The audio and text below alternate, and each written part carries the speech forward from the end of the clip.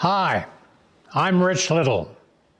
Sit back and enjoy the charm and wit of My Dear Secretary, a 1948 romantic comedy starring Kirk Douglas, Lorraine Day, and Keenan Wynn. This classic film follows the story of successful yet egotistical novelist Owen Waterbury, Kirk Douglas. He hires aspiring writer Stephanie Steve Gaylord, Lorraine Day, as his secretary. Now, what starts out as a professional arrangement quickly spirals into a comic battle of wits, misunderstandings, and unexpected romance, packed with sharp dialogue, quirky characters, and a 1940s charm. My Dear Secretary showcases Douglas's performance in one of his early comedic roles. This is Kirk Douglas. I was known primarily for my dramatic, intense roles. My Dear Secretary was one of my earliest comedic performances. It showcased my versatility as an actor before I became a major Hollywood star. My motto was, because of my dimple, keep it simple. The film did, fairly well at the box office. It supplied the lighthearted appeal needed during the post-war period.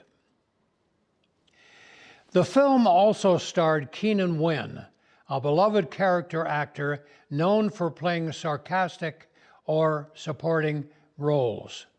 His performance as a struggling writer and friend to Douglas provides many of the film's funniest moments. And now let's roll the film and dive into the magic of cinema.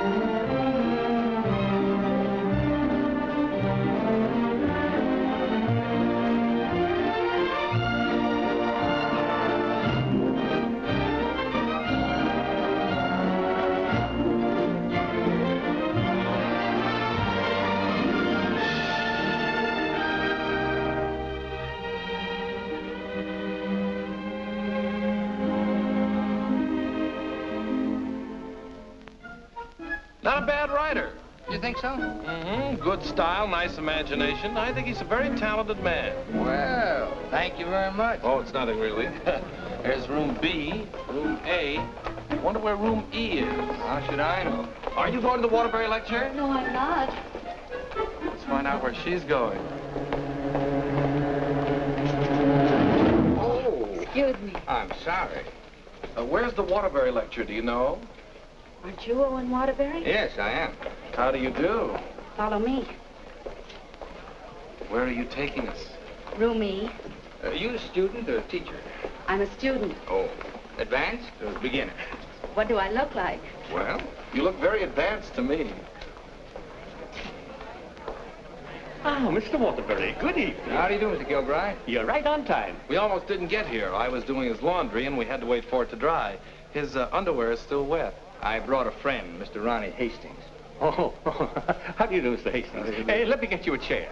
No, never mind. I'll sit in the bleachers.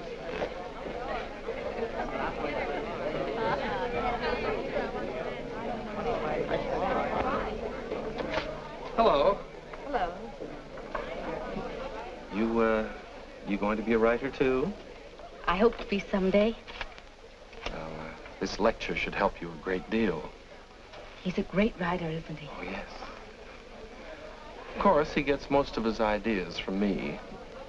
Excuse me. Yes? You're sitting in my seat. Oh, I'm terribly sorry.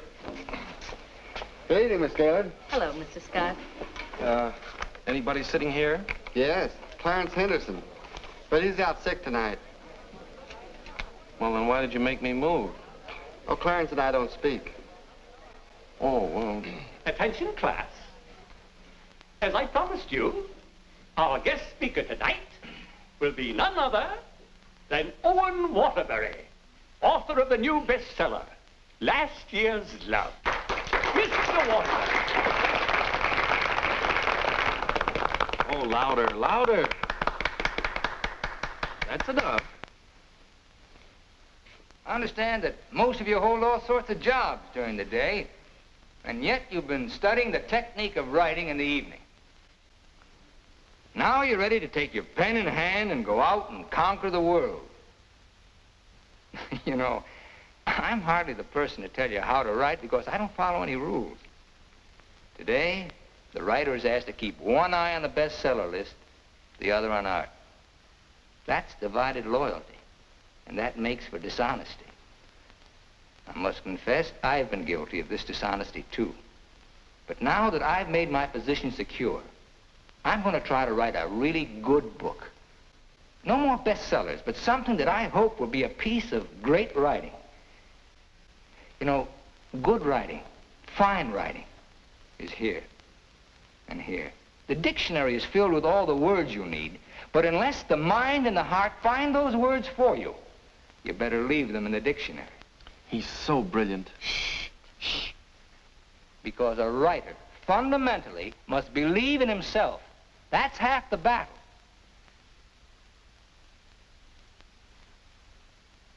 I'd like to interrupt my little talk for a moment to say that I'm going to be in a position to help somebody here in this class. Beginning tomorrow, I'm going to need a secretary. I've already placed the request with the University Placement Bureau, and man or woman, whoever qualifies, will get the job. That's very nice of you, Mr. Waterbury. Well, it's not a big job, but the surroundings will be wholesome. And you'll be able to serve your apprenticeship under someone who's already established. Well, so much for that. I remember when I wrote my first novel. It took a lot of work. I starved, lived in a little back room, all the while consoling myself that I was going to be another poet. So you're really going to work for Owen Waterbury? Well, I was offered the job by his personnel manager. I've heard a lot of weird stories about Owen Waterbury. Oh, you hear weird stories about any famous person. Why, last night his talk was actually inspiring. Steve, do you realize you've been here 5 years? Well, isn't that a little too long for anyone with my ambition? Where does Mr. Waterbury do his work? Well, his personnel manager said in his apartment. Apartment? Well, you can't expect a writer to work in an office, Mr. Harris. I want to write, and I think he can show me how. Who knows? After a year with him, I might even be autographing copies of my own book in one of your bookstores. By taking a course in Owen Waterbury. And getting paid for it at the same time. I'm going to miss you, Steve. Oh, no, you won't. After a week, you won't even know I've gone. Not true, but good luck anyway. Well, I could make a big speech, but I think you know how I feel about everything. You've been wonderful to me. I understand. Steve, Yes? call me sometime, will you? We'd like to know how you're getting on. I'll call you tonight, after I get the job.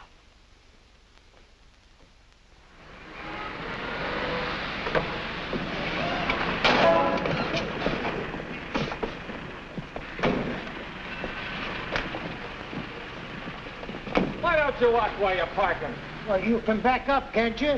You got a reverse. Never mind, Bill. Just save your money for upstairs. Smart guy. Hand me the bag, Bill. Yes.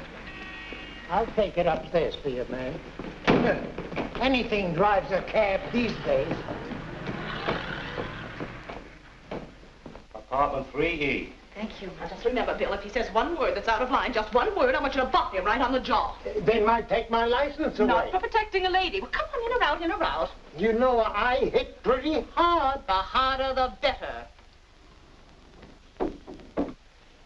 Is he a big guy?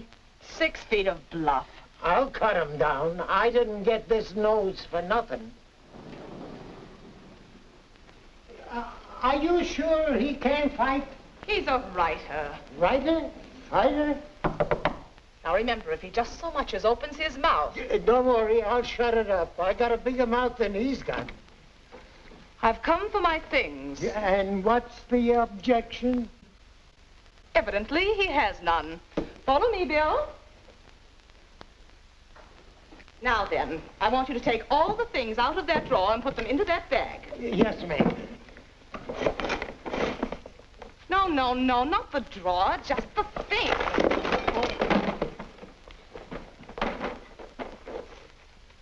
Oh, come in. Come right in. That's right. That's Mr. Waterbury's former secretary. She quit this morning. Won't you sit down? This is my mink. And how? Mr. Waterbury gave that to her as a Christmas bonus.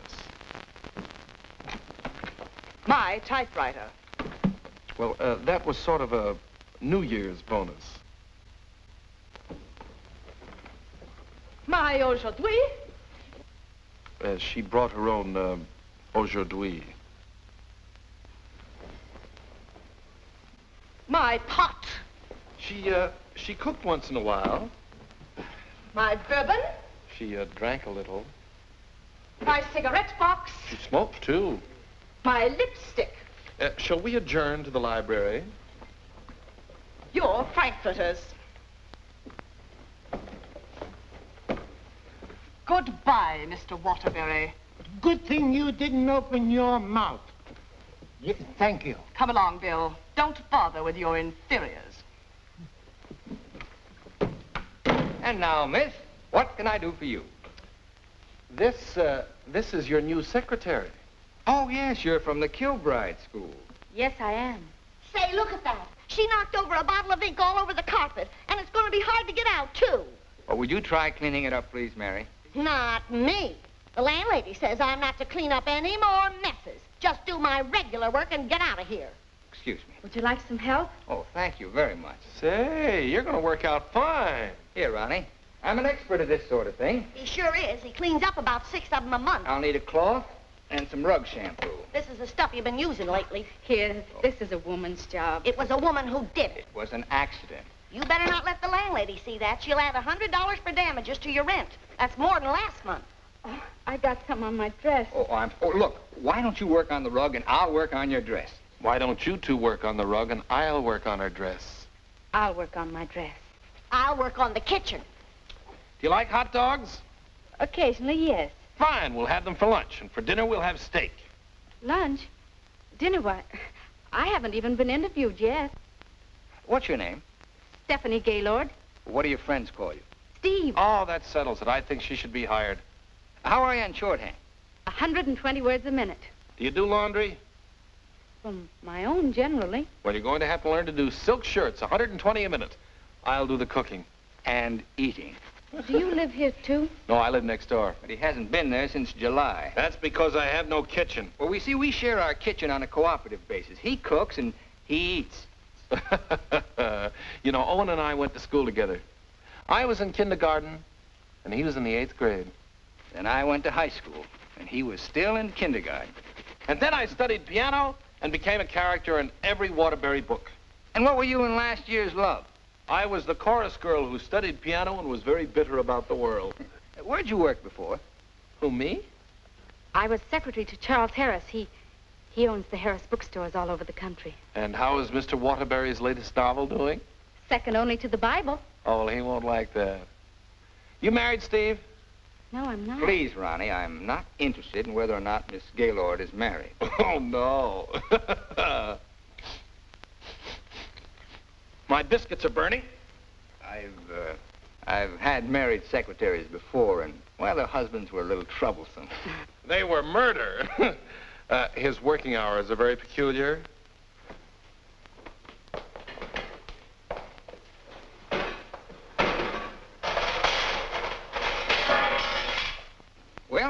think we've done a good job. I had such a different impression of what this job would be like. Oh, today was an unusual day. But after this, there'll be no more distractions. I'll go. We're going to work in an atmosphere of dignity and culture.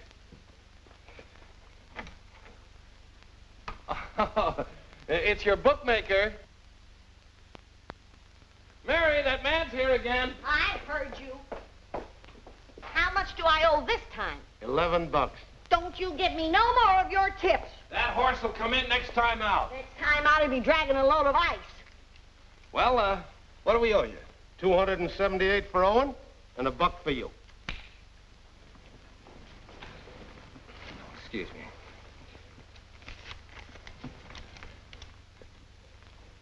Here you are. I'll have to owe you mine until next week. You want to wager today? Well, I haven't looked them over yet, but I'll give you a call. And no more 50-cent bets. The boss don't like them. Where was I? You were telling me that everything here was dignified and cultural. Oh, yes. Now, Steve, about your other duties. I'll go. Did you just have an interview with my daughter, Mary Hastings, about a secretarial job? Why, yes.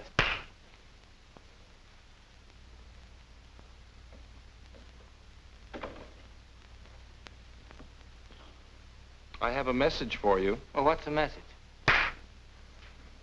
Mr. Waterbury, I don't think I want this job. Well, why not?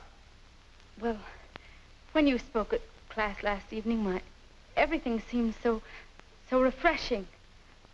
And when I read your novels, they were filled with such quality and high purpose. And I'm afraid all that's spoiled now, so no harsh words, no hard feelings, just get somebody else. Well, if that's the way you feel, Miss Gaylord.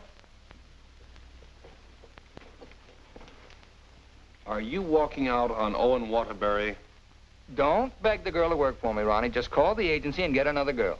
Now, you know you don't mean that. We both like this one. Are you going to let me out of here, or do I have to call the police? They're here already. I came for the rent. Mrs. Reeves, I just mailed you a check this morning. Oh, you always do that, knowing full well that I only live downstairs. Any damage this month? Oh, it's been a very, very uneventful month. Oh, the carpet again. Yes. Mercy!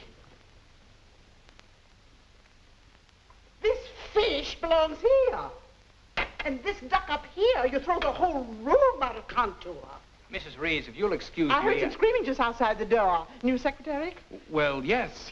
You being hired or fired? Miss Gaylord has just been engaged. Oh, too bad, Mr. Waterbury, because something moved in the apartment upstairs would just fill your every requirement. Well, unfortunately, Mrs. Reeves, the job has just been filled. Well, I want you to meet her anyway. Felicia! Coming, Mrs. Reeves.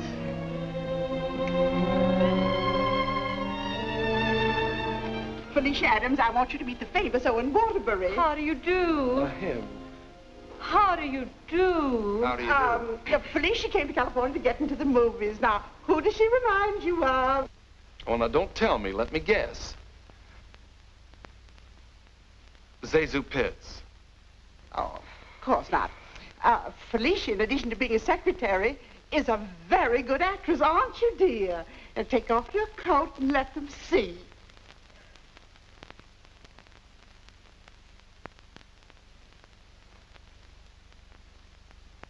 She's got a lot of talent there. I thought you'd think so. I was a model back in Texas, but I came out here for a career. Daddy's financing me. A friend of yours? No, my father. Perhaps Felicia could play the heroine in your next novel when it's made into a movie. She could do that. What's the heroine like? It's a girl from the South. Why, I'm from the South. How perfectly coincidental. She's trying to hook a rich man. She's insincere and a moron. Well, what's worrying you? Well, I'm not so worried about being insincere, but as for being a moron... Now, don't worry about that. You could act like a moron, couldn't you, dear? I could try. Oh, I'm going to dramatic school.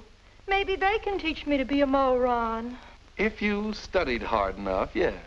It'd take a lot of work. Look, Mrs. Reeves, I haven't even started my novel yet, and it doesn't look as if I'm going to if I'm continually interrupted. Well, we'll leave and let you work. Oh, Ronnie, I'm having a party for 50 guests tonight, and I'm expecting you to entertain for us at 9. Is it informal, or shall I bathe? If you don't care to entertain at my parties, pay your rent. Well, I'm off to the horse show. You haven't got a chance.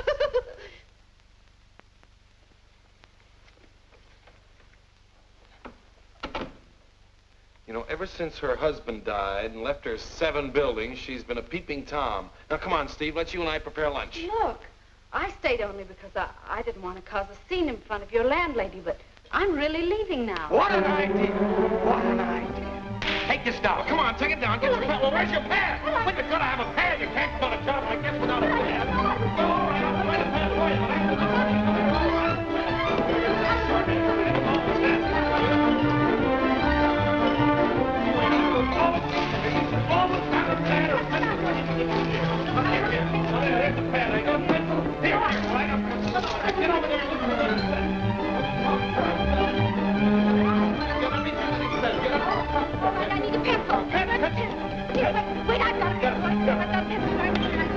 Call this notes on my new novel.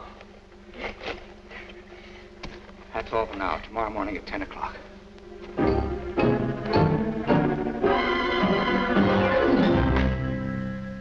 He's incubating. He's incubating at last. Come along. Is he always starting new novels? Yes, always. I remember on last year's Love, I was baking a cake. All of a sudden, he called me out, and I had to start taking dictation. And I couldn't go back until he was through dictating. At 3 o'clock in the morning, we sat down to chocolate-covered ashes.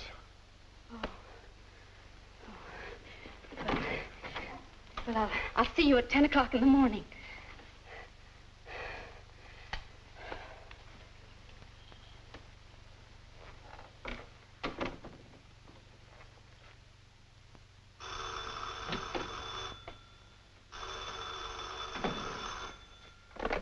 Hello? Hello, Steve. I couldn't wait for you to call me, so I'm calling you. How was the job? Well, I have to make an adjustment, you know. It's such an unusual kind of a job. I can imagine. He started his novel today. Oh? Interesting story? Well, he didn't get very far into it, but I'm sure it's going to be wonderful. He seems so excited about it. Look, Steve, let's have dinner one night this week. Well, I'll call you the first night I have free.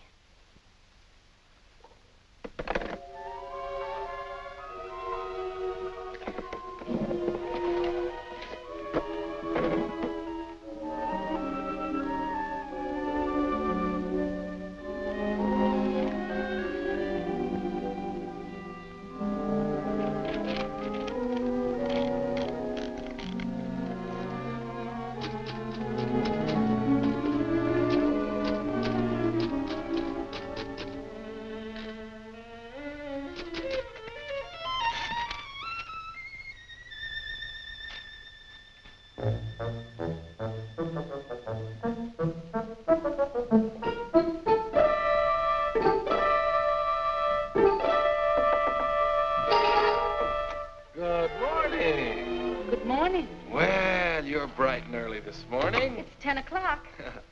Say, did you ever think how you'd look in mink? Well, I see you've got your pad. Keep your pencil poised. The genius is still dressing. I'm making potato pancakes for luncheon. He's in a sour cream mood today. If you need anything ironed, I'll be in the kitchen ironing. Well, Good morning, Steve. Good morning. Right on time. Let's see, where did I leave off yesterday? Notes on my new novel. Yeah. I'll go.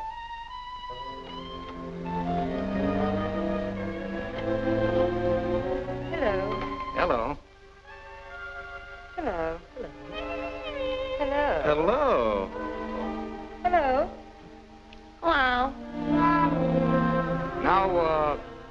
leave off?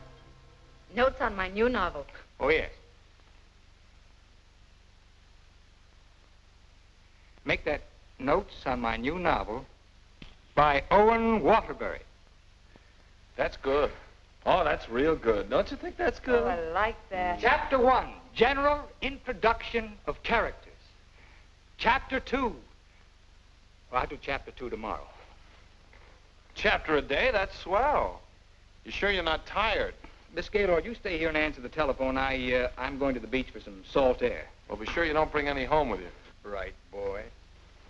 Let's drive someplace nice, like Santa Barbara. Well, honey, anything you say.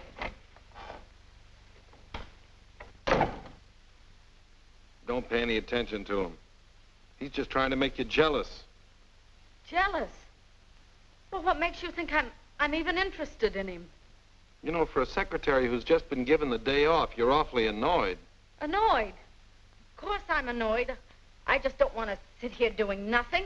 I came here to work. I came here to do nothing, and now I'm working. Look, if you get paid for idleness, grab it, you fool. There goes another one.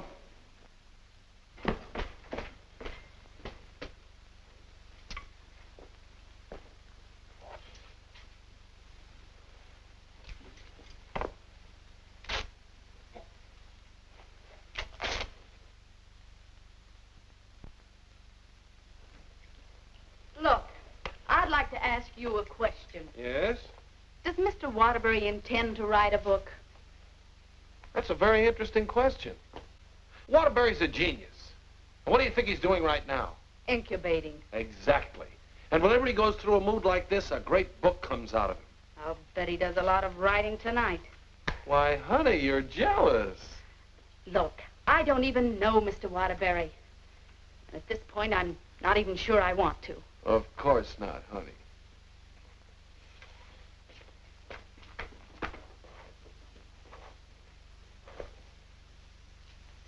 Say, can you tell me what I'm doing wrong? Everything. Here, let me have it. How can you get so many wrinkles in it? Well, he's tried 16 laundries, but he still likes my work best. These are good shirts. We're good shirts. You know, I just thought of something. What? I must be going out of my mind. Why? Well, I went to night school for a whole year to learn to be a writer. And here I am doing a guy's laundry. Oh! It's not done yet.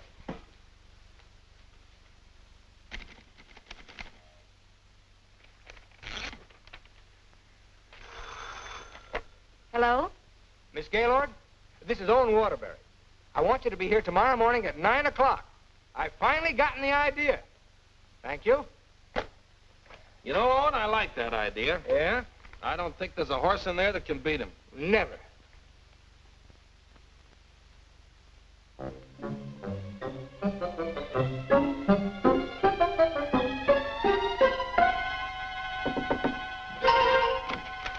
Morning. Morning? Oh, leave your coat on, Steve. The taxi will be here in just a minute. Got a pair for her? Well, she can use mine. Where are we going? To the races. The race. Haven't you ever been? Never in my life. Swell. Always lucky the first time. Come on. But what about that idea you had last Oh, that can wait till after the third race. Look, I got a horse in here. Look, Mr. Waterbury, I don't think I ought to go along. Say, are you complaining about being paid to go to the races? Come on!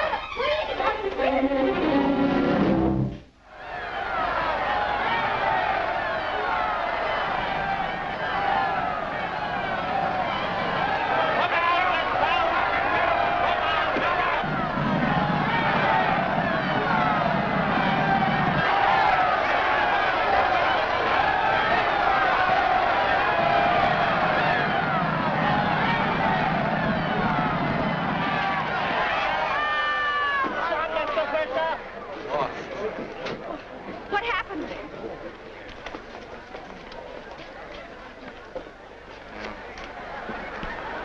Last time I take those guys' tips. Well, so far this job has cost me $83. Now, don't worry. I'll see that you get that back. Why should you? I gambled and I lost. Well, losing's good for the soul. We had the 3 best souls in town.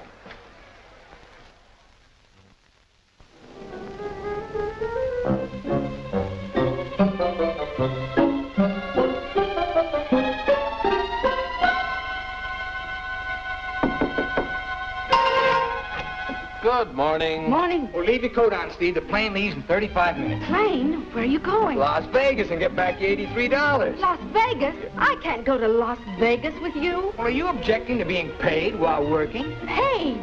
I don't think I can afford to work for you much longer, Mr. Waterbury. Oh, Steve, it only takes an hour and a half to fly. And to catch the evening plane back, you're home in time for dinner. Come With on. tons of money. No, I won't. No, I just won't. No, no. Please put me down. I'm not going to.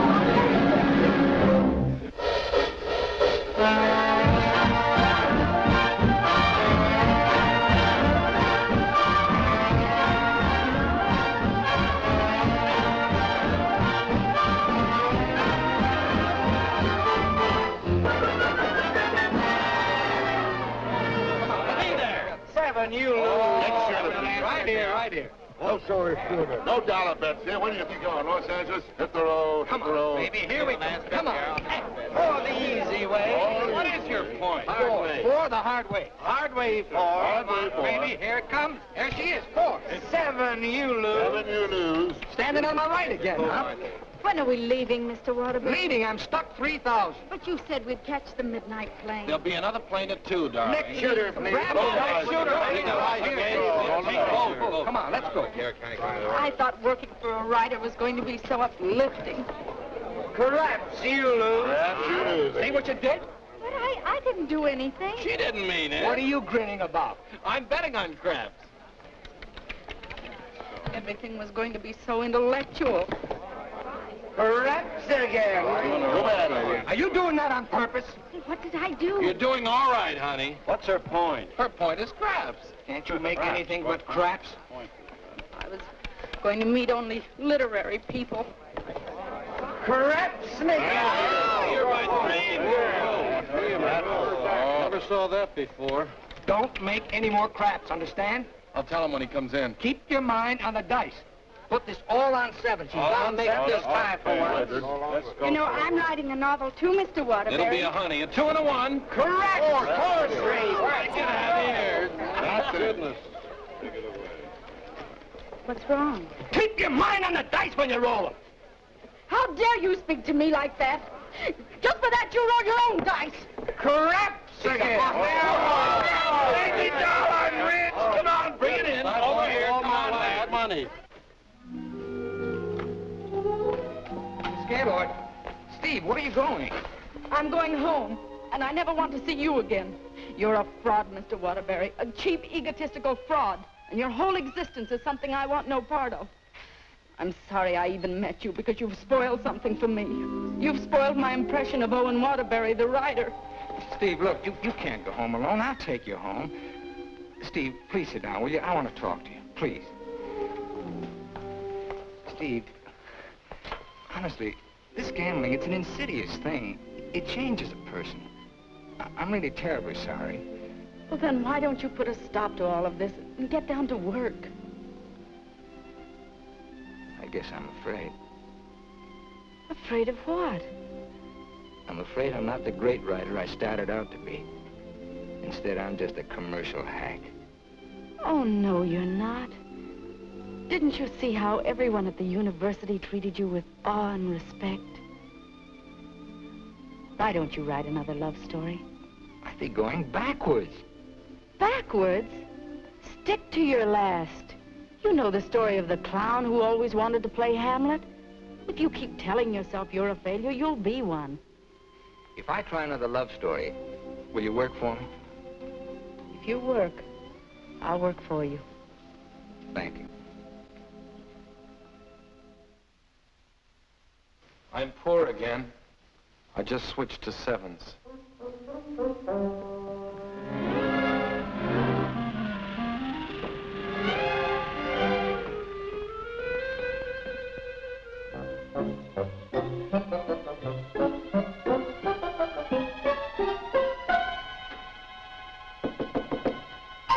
Door's open. Come on in. Hiya, Steve. No, keep your coat on. I'll tell you why. The taxi's going to be here in just 1 minute. What? Oh, don't worry. We're going to work, but let's do it at the beach house, huh? He's superstitious, honey. He starts all his novels at the beach house. But why the beach house? Did you like last year's Love? Very much. Well, most of last year's Love was done down there. Shall I take the typewriter? It'd be a nice idea. Ronnie, will you stop teasing the girl? I'll be dictating today. Come on, Steve.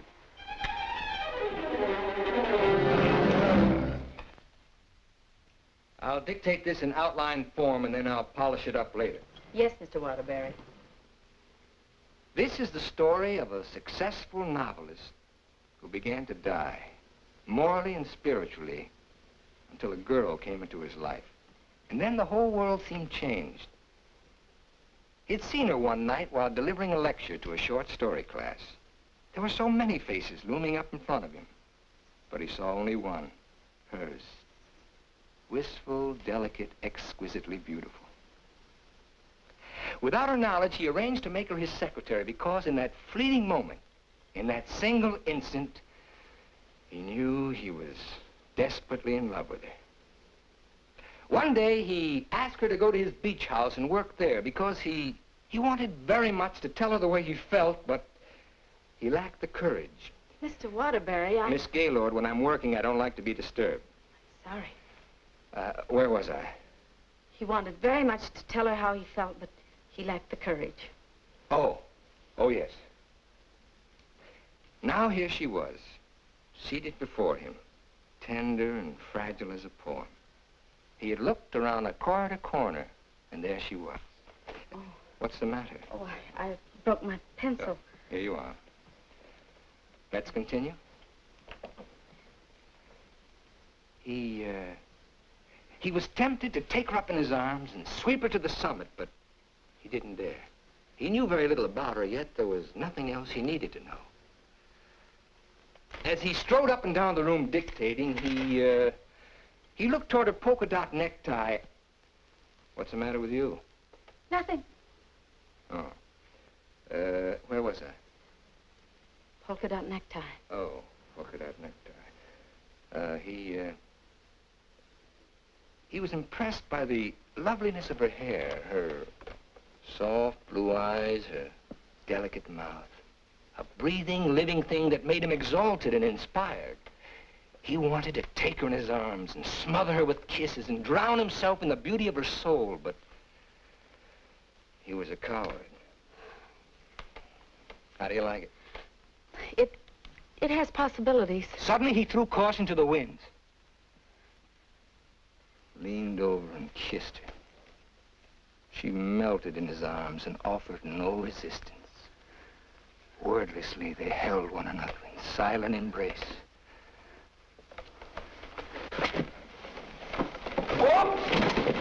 You've got the wrong girl, Mr. Waterbury. I'm really leaving you this time, and don't you ever try and get in touch with me again. I don't even want my salary check. You can save it for the next victim. And if I ever see one of your books again, I'll burn it!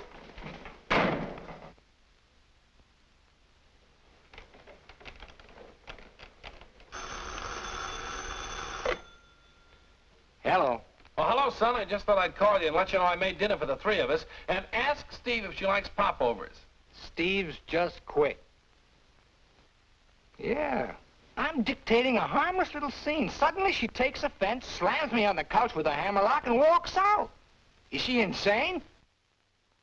Well, I'll call the agency and get them to send over another girl. I better get one who likes broiled chicken, because that's what we have for dinner. Don't call anybody. I'm not going to go to work for a long time.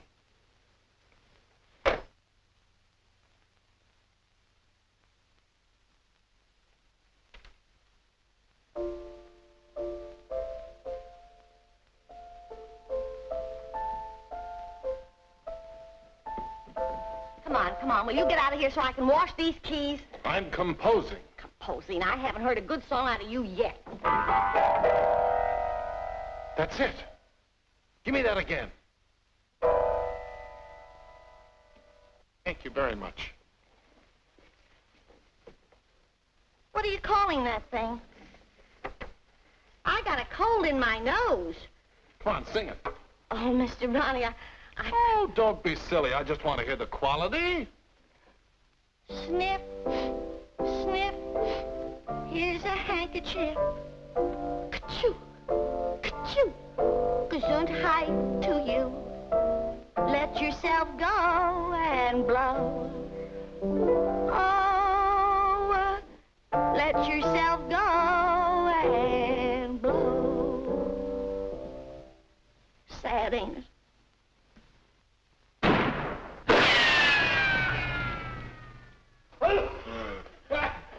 some water. Some water. Water in the kitchen. Well, I can't go in there. The place is on fire. Here, this will do it. Oh. You and your cooking. You and your popovers, they don't pop, they explode. Call the fire department. The fire department, they just put water over everything. I can't.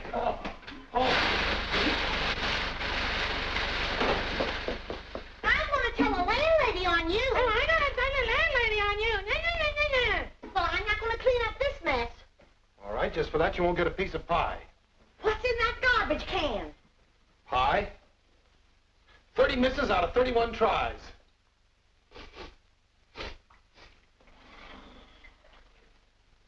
"31 misses. Well, at least the roast chicken's safe. What's that? Roast chicken?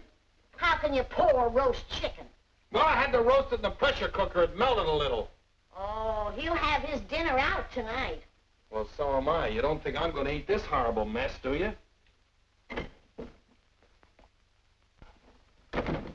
Hi, Owen. He has a nice roast chicken for you, Mr. Waterbury. Give him a glassful.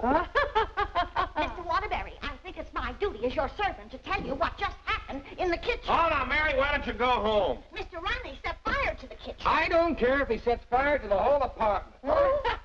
You see, Tattletale? A lot of good it did you. I'm going to tell the landlady on you, and you too.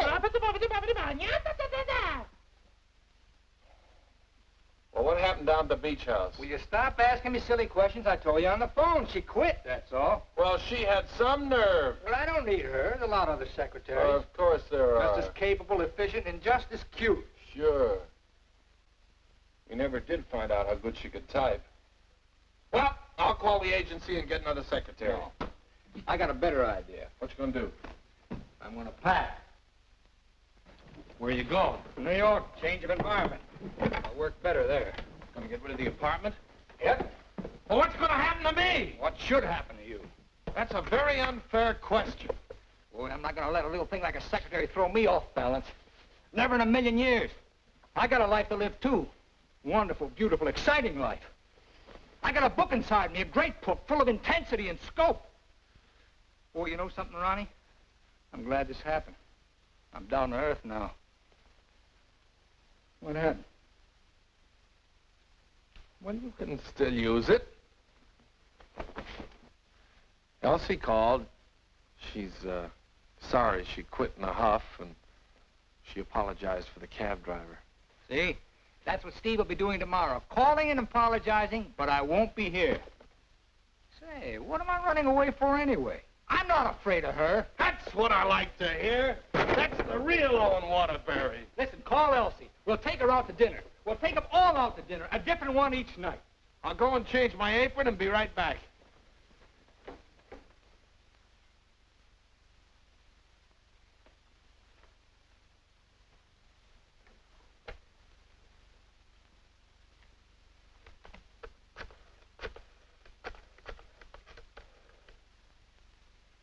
Bryan Detective Agency?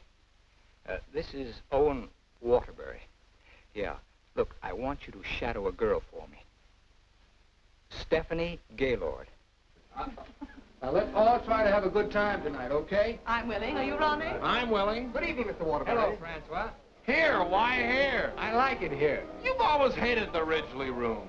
He's joking. I'm not joking. You've always hated it, hasn't he, Elsie? I thought so. I've always hated it. Mr. Waterbury, there's a gentleman here to see you. Gentlemen? Oh, yes. Ronnie, will you take Elsie to a table, and I'll join you in just a minute, huh? All right, but don't leave us. Don't stick Elsie with the check again. Antonio, table 3. Table 3. Where is he? Alcove 2. Oh. Good evening. Is that the gentleman? Yes, sir. Hello. Did you send me that message? Yes. Bryan Detective Agency. Devon is the name. Well, how'd you find her so fast? That's my job. There she is, right over there. With a man. Who's the man? I don't know. Do you want me to find out? Of course I do. All right. I'll start shadowing both him and her. I want you to find out everything you can about her. I think she's in love with him. She your wife? No, my secretary. I get you. Look, I want nobody to know about this. Don't worry. The way I operate, even you won't know about it. Can you check a pass for me? It'll be expensive. Well, why? The unknown quantity. We've just finished checking on a girl. Took us a year to get her past caught up with her present. Do a good job. I will. Take care of my check. Cigarettes? Yes, give me a pack, please.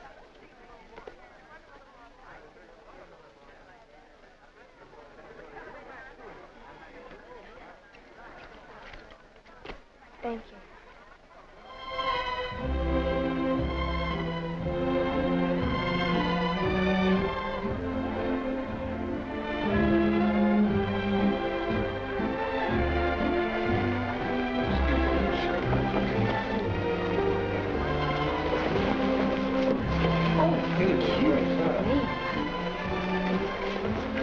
Oh, excuse... Hiya, Steve. Hello, Ronnie. Don't talk to her. I'm mad at her. Oh, I forgot.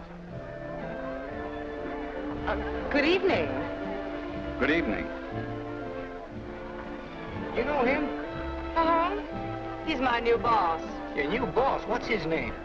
Charles Harris, the bookseller. That's Steve's old boss. He's not so old. How dared you go work for him? Listen, Shakespeare, I'll work for whom I please. What, did you have to pick on her old boss? Did she pick on mine? When Mr. Harris called the employment agency, he asked for somebody with literary experience. How did you qualify? You used to work for Waterbury. Steve, with her principals, out with her ex-boss. What about Elsie? Who's she out with? We're talking about Steve and her principals. Leave mine out of it. You know, I bet Harris hired you just to spy on me. Well, you're not very complimentary. I happen to be an excellent secretary. When did you learn to type, dear? Has he been questioning you about me? Only the normal questions about my experience. You didn't talk, did you? Ronnie, will you stop looking at everything as one big, long laugh? Oh, I've got a laugh for you, lover boy. What? They're going to be married. They're what? They're going to be married. Where are you going? I want to talk to her. Your order, please. A broiled chicken. Yours? Well, I'll have a glass full, too. Hello. Good evening. Mr. Harris, Mr. Waterbury. Well, congratulations. I just heard the good news. What good news? How about you marrying Stephanie? May I dance with the bride? That's entirely up to her, isn't it? May I? Thank you. Not at all. So she decided to get married to the wrong guy. Are we going to dance, or are you going to dictate a novel? Oh, now why should a nice, intelligent girl like you marry a man she doesn't even love? For your information, I'm not marrying anyone. Oh, well, now I respect you. You respect all girls who decide not to get married. Going back to work for him? Is this a quiz, or are we going to dance? Well, it could be both. Say, how would you like your old job back? Better terms? Not interested. I'll throw in a bonus. Marriage. Mr. Waterbury, you talk about marriage as though it was something cheap and vulgar. Who else but Owen Waterbury would invite you out for the evening and dance with another girl? I would. Say, why don't you pay him back and dance with Mr. Harris? I wouldn't think of dancing with my boss. This is me you're talking to, remember? Well, I mean, not until I'd worked for him. For a few days. Well, that's a nice sentiment. Steve, you're in my arms at last. I'm holding you at last. We're dancing. You may be dancing, but I'm holding you. Oh, like the tide, you go out, but you also come in. Owen Waterbury, you're the most maddening man I've ever met. Listen to me, Steve, I love you. Everything I dictated at the beach house I meant, but it was too much of a coward to say it out. I love you, Steve. Marry me. Take a chance. This is me, the author with beautiful words, but I'm stopped. All I can say is, I love you. Marry me. Your chicken, madame. And your chicken in the glass, sir.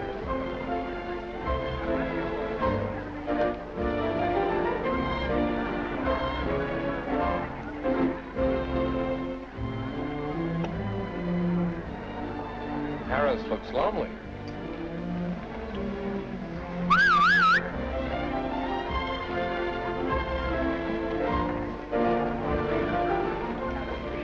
Mr. Harris, this is Ronnie Hastings. How do you do? Won't you sit down and have a glass of broiled chicken? Thank you. I think I will.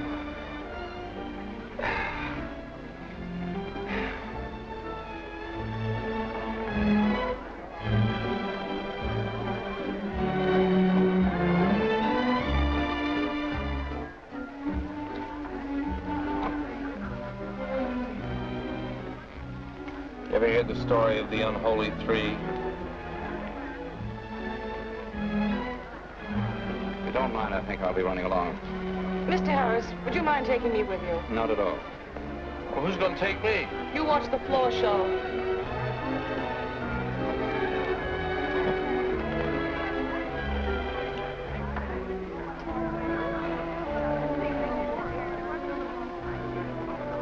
Want to dance? I love it.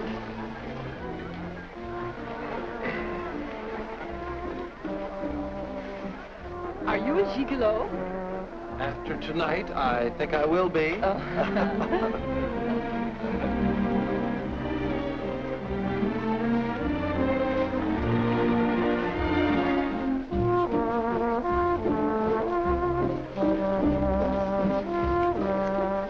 Isn't life strange? When one gets up in the morning, one never knows what one will be doing in the evening, does one? Oh, dear.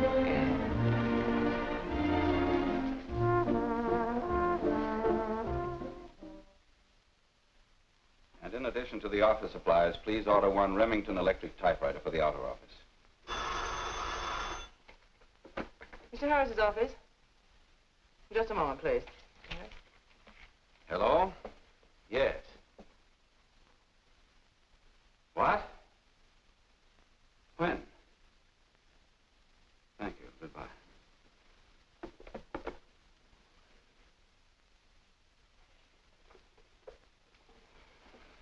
What's the matter? Is anything wrong? Owen Waterbury just married Steve. He didn't. Oh, yes, he did. I never thought she'd marry him. I never thought he'd get married. Well, here we are, honey. Welcome to Honeymoon Manor.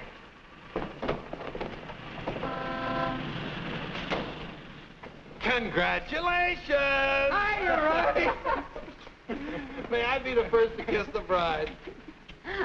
Or am I the first? I'm not a very wide-awake bride. Honey, let's get some sleep and then we'll go over to the beach house, huh? How long you been driving? 24 hours. Las Vegas and back. Oh. Hey, whose bags are these? Oh, those are Felicia's. As soon as I told her the news, she decided to move out. It's a good idea. Darling, this is quite a threshold. 3 stories up. Well, we can use the threshold upstairs. Oh, good idea. Hiya, Felicia. Congratulations. You did very well. She certainly did. I'll get you moved in as soon as I get her moved Okay. out. Why don't you try the building next door, dear? Driver, old lady's home. Whoop. Hello, Mary. Oh, I'm so happy for both of you. Well, thank you, Mary. Very sweet of you. Yes, darling. Hello, darling. Hello, dear. Votre bagage, madame et monsieur? I made a wedding breakfast. Spaghetti and meatballs. Look, Ronnie, well, I know you're trying to be helpful, but, well, this is our honeymoon, and, well, we'd like to be alone. Oh, sure, sure. Say, Steve, be nice to him, will you? He's my only means of support.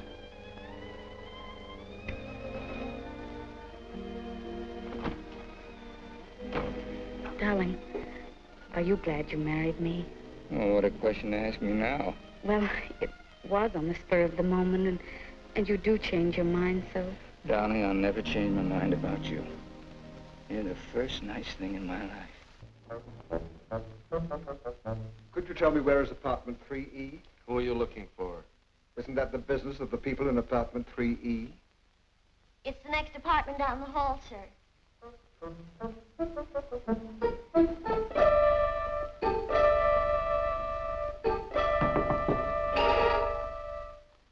I beg your pardon.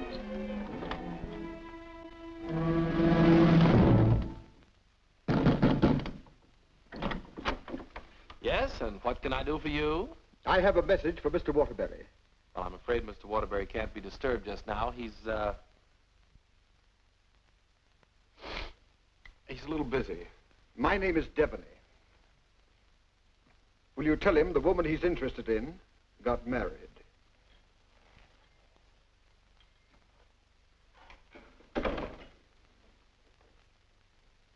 Hey, Owen! You got a minute? Ronnie, what is it now? There's a fellow was outside, said his name was Debney. He had a message for you. I don't know any Devneys. He said the party you were interested in got married. Well, congratulations. So did I.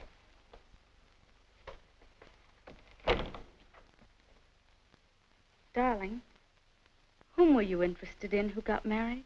There's only one married girl I'm interested in.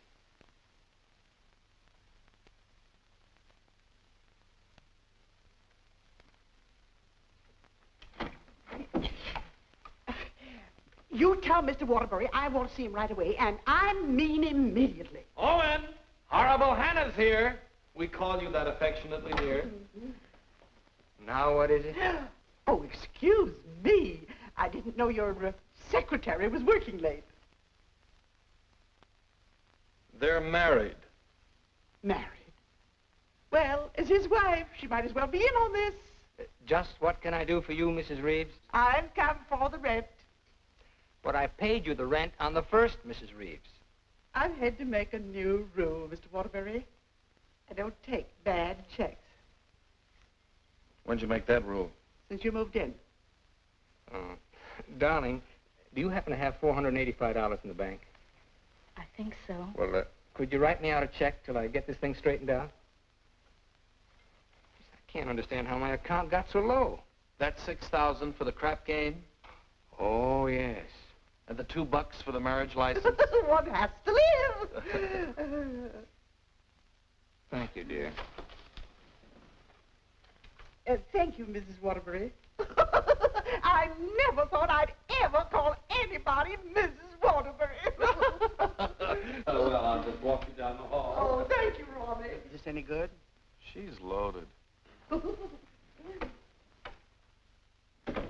I suppose an explanation is in order. You don't owe me an explanation. Oh, but darling, I want to explain. Oh, excuse me.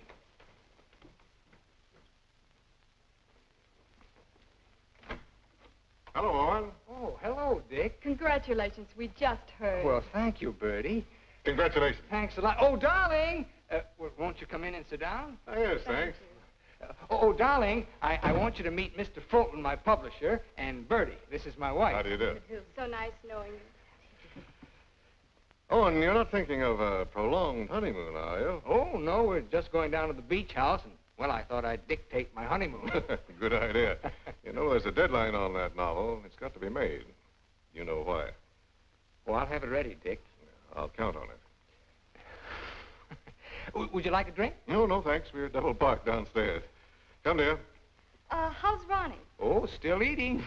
Same old Ronnie. Yes, Bertie's told me about Ronnie. She says that when he dies, he'll ask the crematorium to baste him slowly on both sides. You know Ronnie? Oh, of course. I was once Mr. Waterbury's secretary. Well, thanks an awful lot for coming, Dick. Happy honeymoon. Thank you.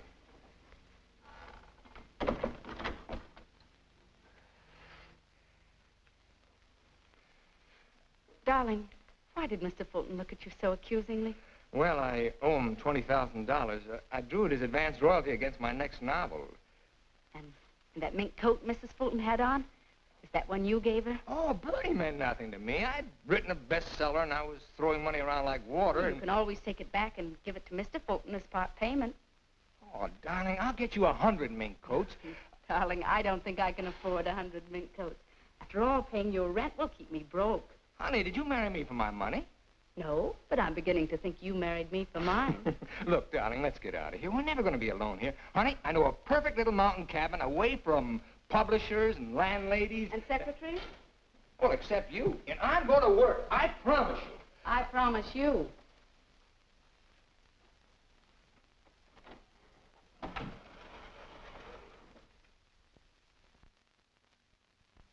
How long did you work on this book, Owen?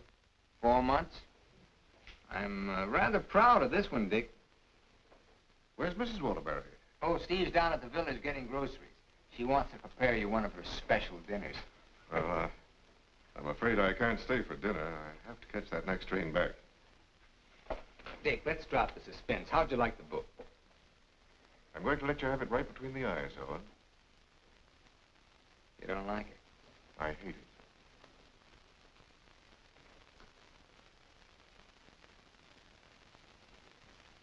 It's just about the worst piece of drivel I ever read.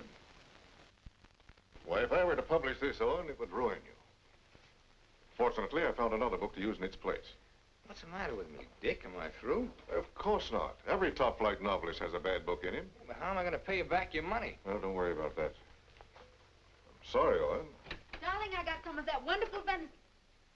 Why, hello, Mr. Fulton. It's so nice seeing you again. Miss Waterbury? Do you like venison? Well, I'm afraid I can't stay. Oh, why not? I got some very important business in town. Well, I'm very sorry. I was going to fix you one of my special dishes. Oh, I'm sorry. Well, some other time. Goodbye, Mrs. Waterbury. Goodbye, Mr. Fulton. Goodbye, Owen. Goodbye, Dick. He doesn't like it. No? Do you think he's right? He's always been right. Until he married Bertie. Oh, what's that got to do with it? Well, maybe he's changed. Ever think of that? Maybe he sees you through different eyes. Oh, you talk like a fool. Oh, and let's face it. Your book is now being published by a man who sees his wife in your arms on every page. He thinks that girl in there is Bertie in you. You're a child. Bertie meant nothing to me. He doesn't realize that. And he's still a human being, even if he is a publisher. And he's a man. Let's get away from here tonight. Tonight? Oh, and you blame me, don't you? Oh, not really, Steve. It's just that it's so distracting to have a man's wife as his secretary, too. I've got to try another book fast, and now I'm going to have to get myself another secretary. So I'm fired, is that it? Oh, Steve, it'll be better for both of us if I work by myself. It'll give you a chance to work on your own book. I'll make dinner.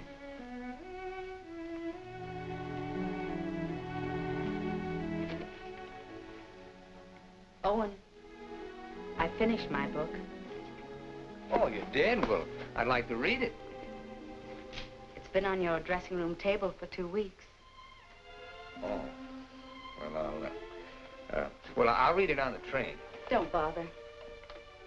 Oh, you're hurt. No, I'm not. You call and get tickets for the train and send Ronnie a wire to get you a new secretary.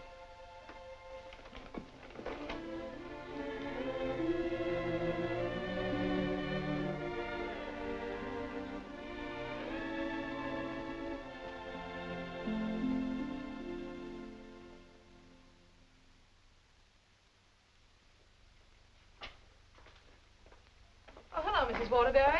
Hello, Elsie. Mr. Harris told me you phoned in from the station. Did you have a nice honeymoon? Very nice, thank you. It must be lovely up at the cabin this time of the year. Yes, it is. A Waterbury original? His last.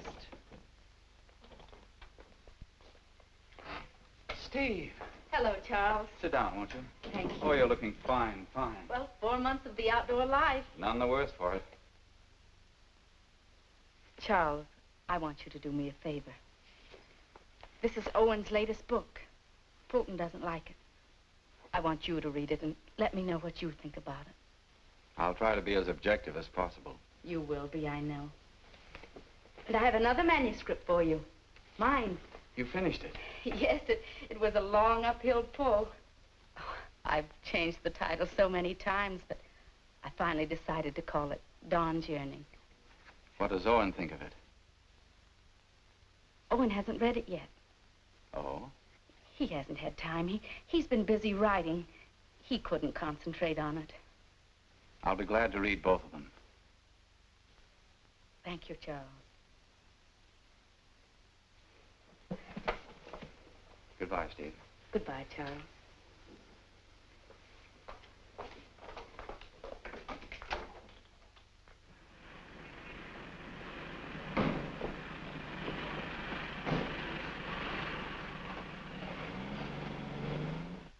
the third floor, but I can't find the Waterbury apartment. Well, here's Mrs. Waterbury. Oh, how do you do? The employment service sent me over. What for? Oh, Mr. Waterbury wants a new secretary. Oh, is that so? Yes. Well, follow me. Oh, thank you. I know it's going to be so exciting working for Mr. Waterbury. Oh, just love it. I know I will. You know, this is such a rush call, I hardly had time to dress. Your dress is beautiful. Oh, thank you so much. You know, I make my own clothes. Oh, really? Yes. Come in. Come right in, Miss, what did you say your name was? Hilda Schneebacker. Miss Schneebacker. Owen, darling, this is your new secretary. How do you do? This is my husband, Owen Waterbury, and this is Ronnie, our next-door neighbor. How do you do? Can I get you something to drink? Oh, have you any beer? Well, I should say we have. And we have pretzels, too. You know, I could just drink a barrel of beer. What did you ask for on the phone? I thought they knew our account. Dope. Oh, don't bother.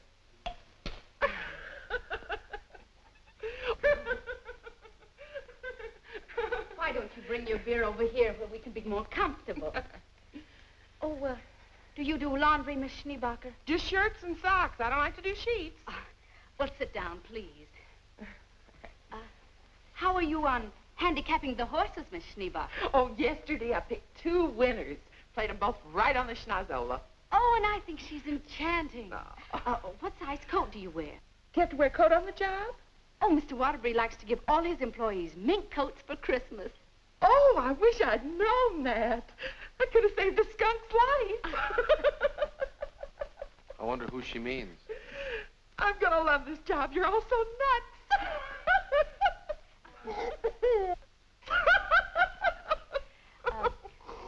Do you object working late hours, Miss Schneebacher? Not at all. A room with a girlfriend. I haven't seen her since New Year's. Miss Schneebacher, I'm afraid this job's going to be a little too much for you. But why, Owen? Well, you see, several parts of my new novel are mostly in French, and, well, I'm sure you don't speak French, do you, Miss Schneebacher? Studied it for 6 years. Once I had a French boyfriend. We had no trouble. Yes, but how's your shorthand?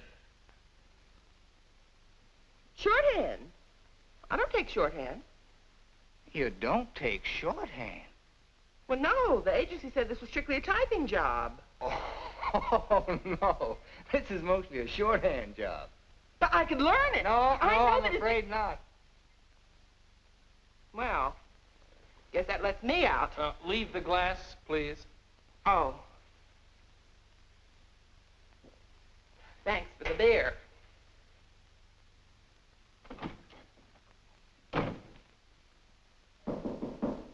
That must be the next one. The next one? I told the agency to keep sending them until we said when.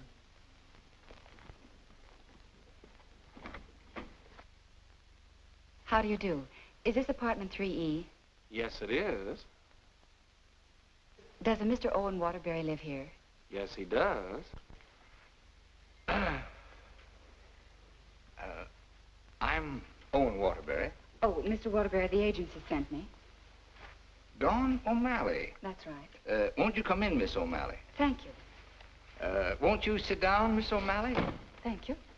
Oh, this is my wife. How do you do? How do you do? You take shorthand, of course. Yes, 120 words a minute. Oh. Do you speak French, Miss O'Malley? Mon mère, elle était française. Et mon père aussi. Vous avez raison, elle n'est pas peur pour le travail. Dites-moi, Mademoiselle O'Malley. Are you married by any chance? Yes, I am. But the divorce comes final next week. I see. When would you like me to begin? You have begun. Oh, thank you. Steve, shall we prepare lunch and leave them alone? I think they'd like to get to work. All right.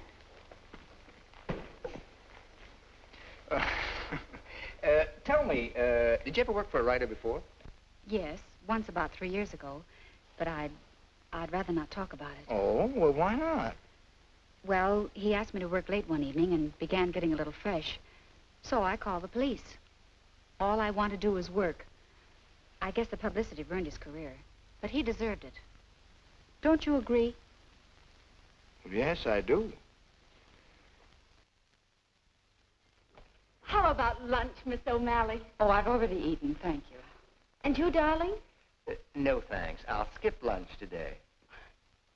You will just love living in this building, Mr. Scott. And you'll just love the Waterburys. They're so bohemian. Crude. I'll go.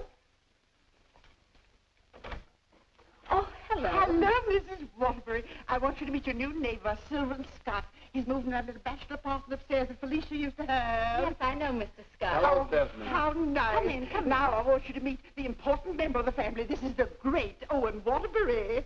Oh. How do you do, Mr. Walker? And How do you do? This is The horrible Ronnie Hastings. Hello. new secretary.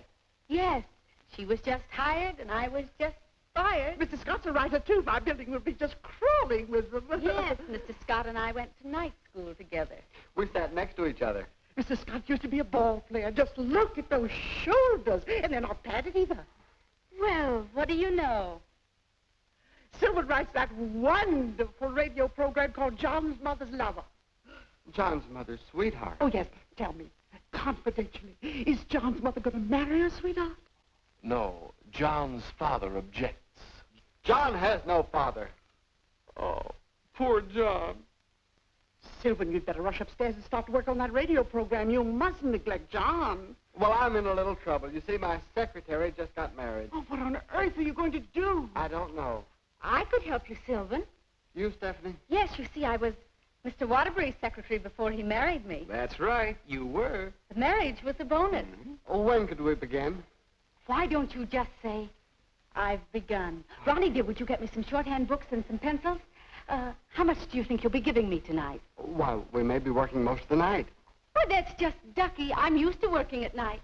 Goodbye, darling. Don't work too hard. I won't. Come on. Oh, thank you, Ronnie. Bye. Well, I seem to have fixed everything up. You certainly have. Well, I guess I'll run along. Must you go? I was just poisoning the tea. Oh, Ronnie, you're such a kidder.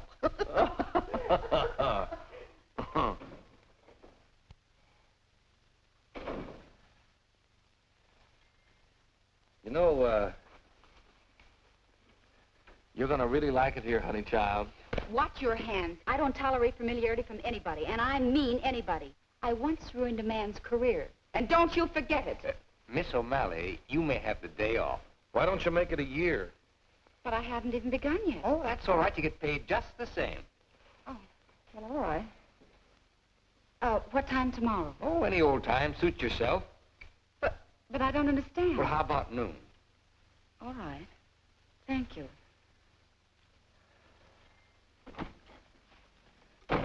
Well, you were saying something about poison tea? I mixed it. I get firsties. Now, where was I? Sound of footsteps. 3 people. Thank you. Sound of footsteps. 3 people. Door bang. Door crash. Door slam. 2 shots. 3 screams. Siren.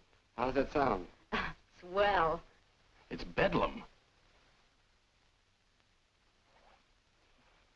John, I'm in love with your mother. And tomorrow, I expect to be your father. John's going to be a father, and I'm the first to know. Now I don't have to listen tomorrow. But, Father, I'm older than you are. John's older than his father?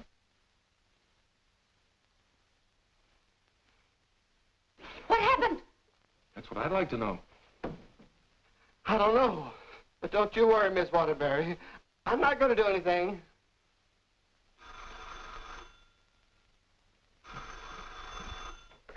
Hello.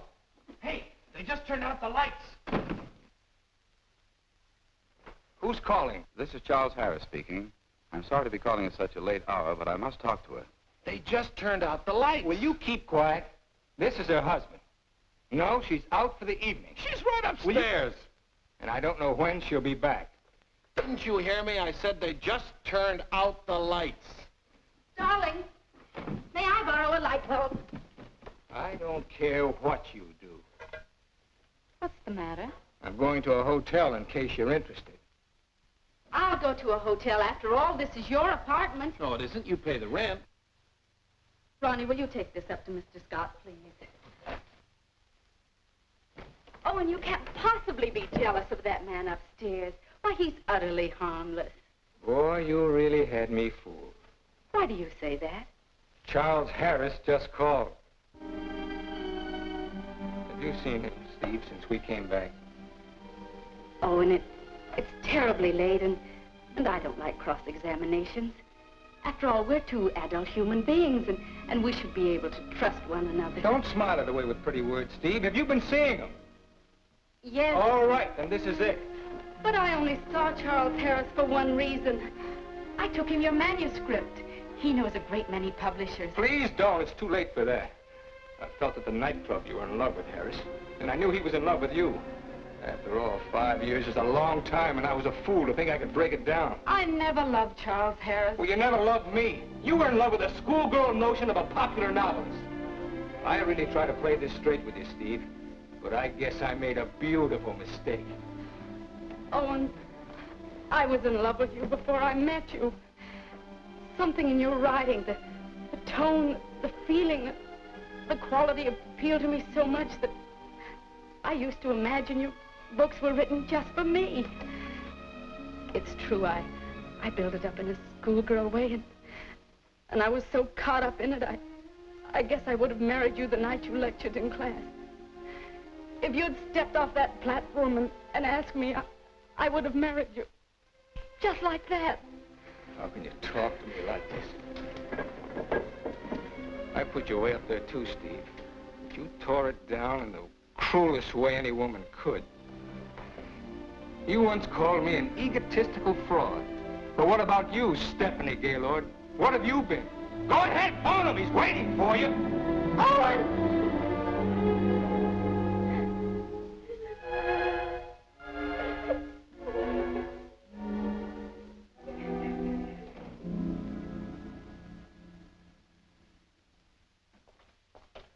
Good morning, Mrs. Waterbury.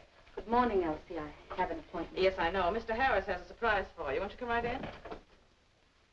Steve. Good morning, Charles. Stephanie Gaylord, this is Mr. McNally, Mr. Hudson, Mr. Burke of the Literary Times. How do you do? How do you do? How do you do? So you are Stephanie Gaylord. Sit down, Steve. This is a big morning in your life, Steve.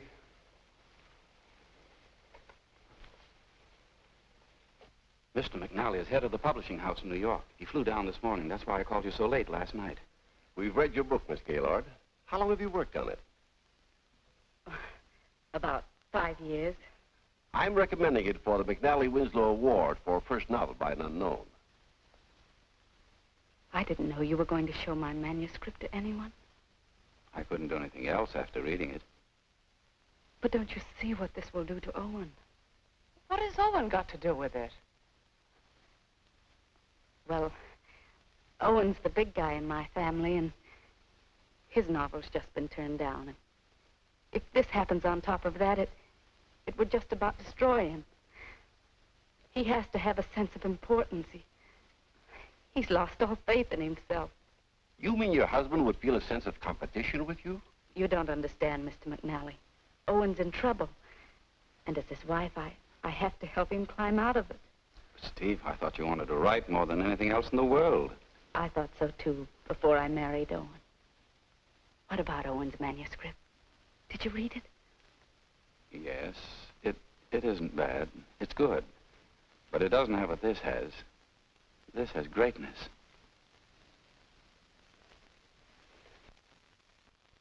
Thank you very much, gentlemen. Steve, please sit down. I want to talk to you.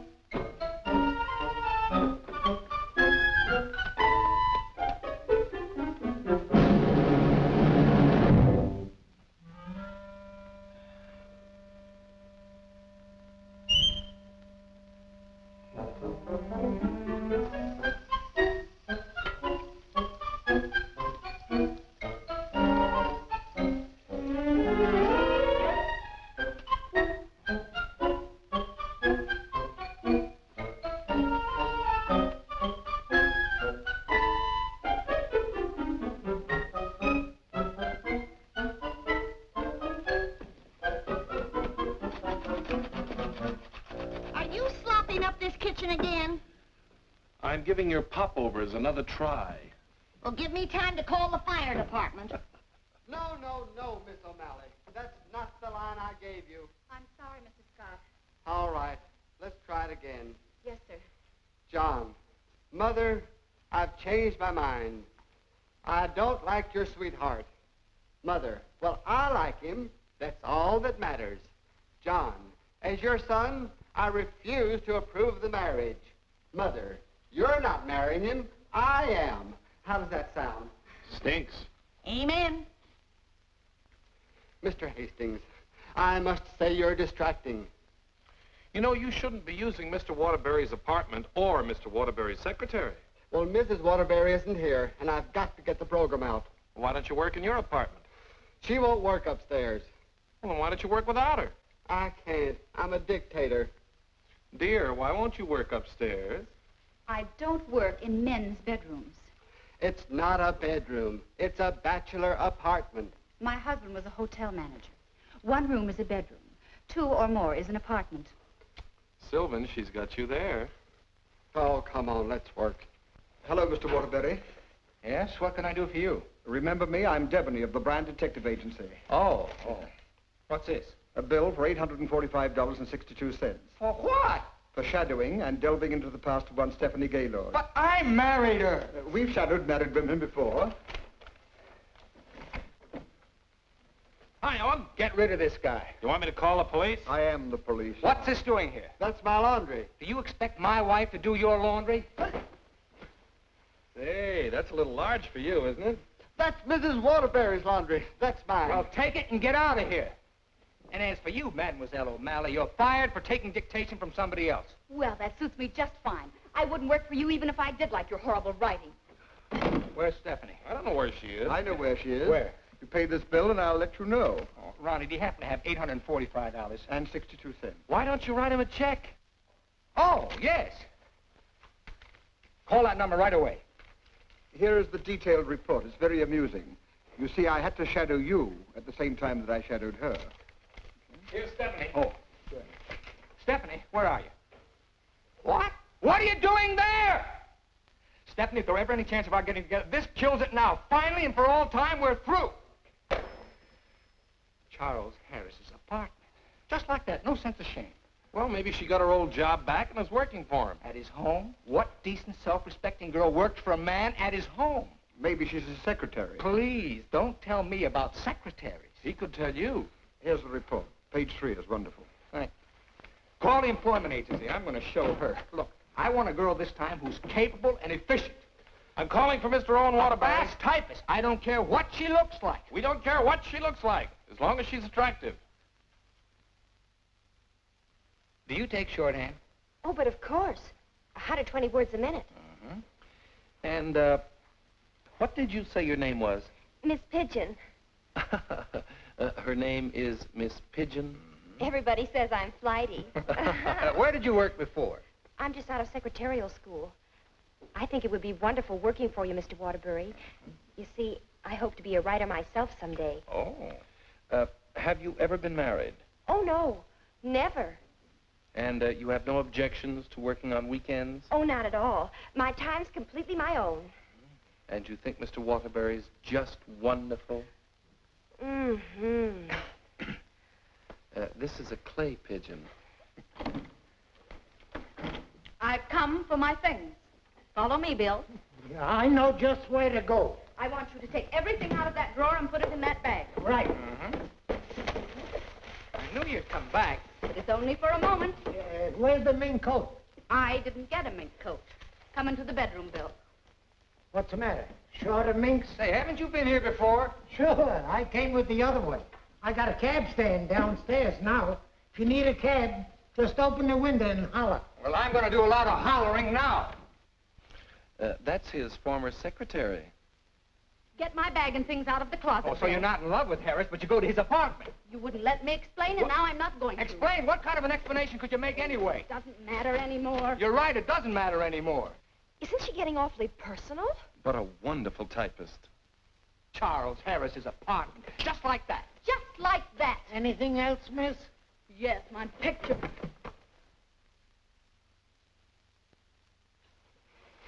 If I were a man, If you were a man, I'd ask you to step outside.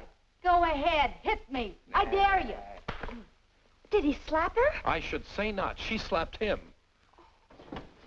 I've known all along why you've resented me. It was because I liked your novel and I told you so. You think you've wasted your time. That's your tragedy. My only tragedy is you. I'm going far, far away from here, and I'm going to write a book about you. I'm going to call it The Heel and His Victim. That's a very horrible title. It'll do. Goodbye, Owen Waterbury. And don't you ever try and get in touch with me, because I want no more of you. And that goes for me, too. Where's Miss Pigeon? She, flew the coop. Where do you think Steve's going? I think she's gonna marry Harris. Harris. I'd like to see that little worm. I'm going to. Now, where are you going? I'm so mad I could get married. You know, I think I'll have to. Well, whom are you going to marry? It'll be a female. That's about all I can say.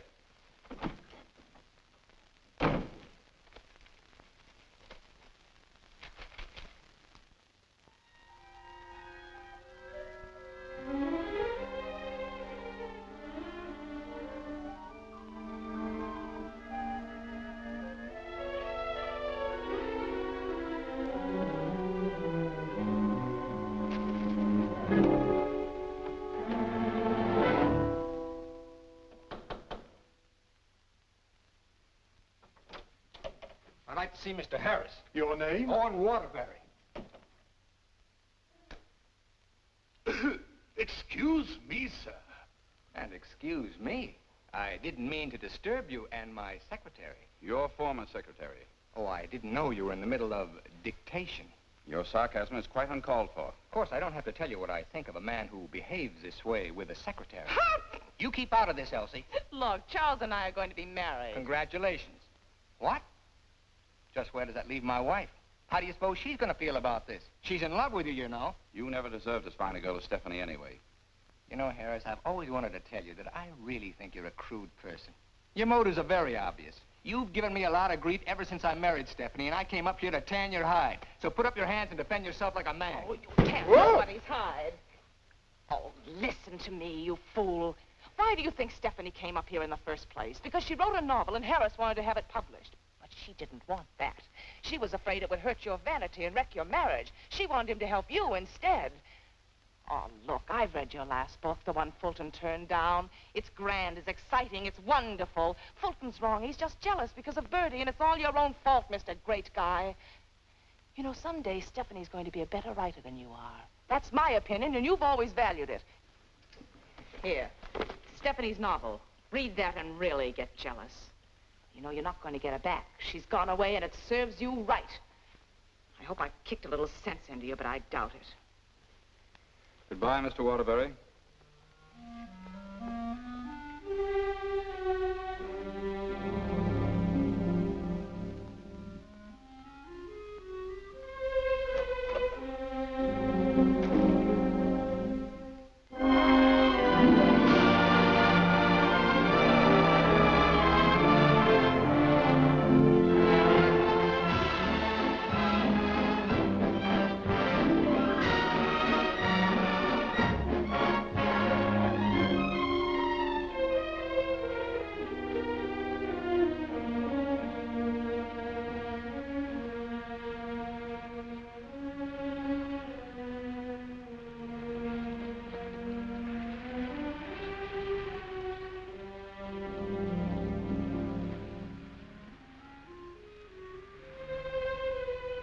Hello.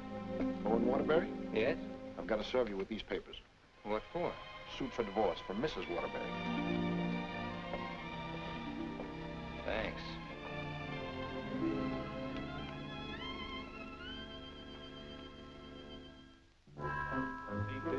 First above with your left, I bring it out the elevator. Thank you. mine's 3. What's yours, please? 4C. Isn't that Sylvan Scott's apartment? Oh, is it? I didn't know who lived there, but I'm his new secretary. I see.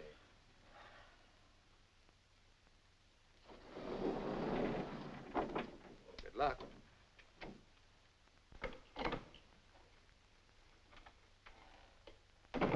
Hello, Mr. Waterbury. Hello, Mary.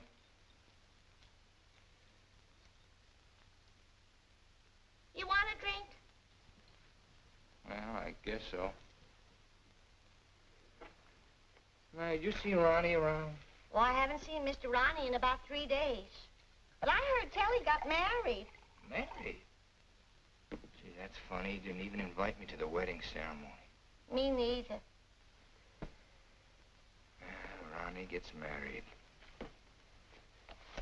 I'm getting a divorce. Did you know that, Mary? Mrs. Waterbury's divorcing me. I sure was sorry to hear that, Mr. Waterbury. She was an awful nice person. So was you. At times. Thank you,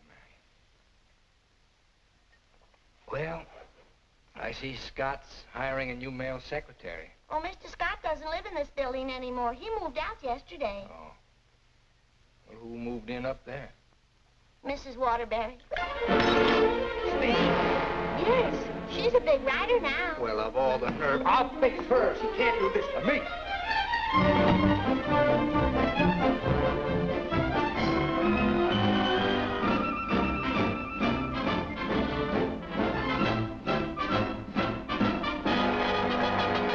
Come in. Yes, what can I do for you? Out. But I said get out. But I don't understand. Don't you listen to him. This is my wife. You're his wife? I'm trying very desperately not to be. Didn't you get the divorce papers today? You're still my wife until the final decree, and that takes a whole year. Are you still here? I said get out. Mr. Simpson, you come back here tomorrow morning at 9 o'clock. You'll come back here never. If I find you here again, I'll throw you out on your ear. Yes, Hiring male secretaries right under my nose. Right over your nose, dear. And don't be cute at a time like this.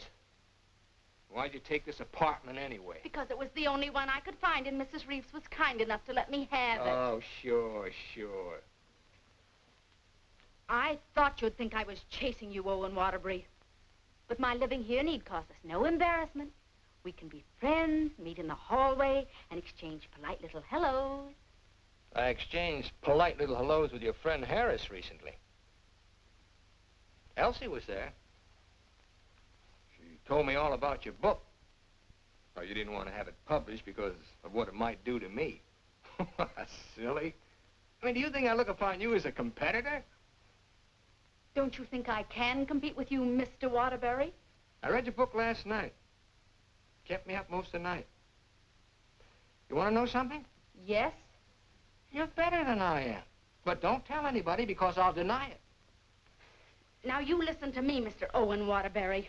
I'm a human being, too, and I have certain rights and privileges. I had an idea for a book, and you made me lose a very good secretary. Well, look, why don't you dictate it to me? You? Sure, I can take shorthand. Owen Waterbury. Look, you want to know a secret? What?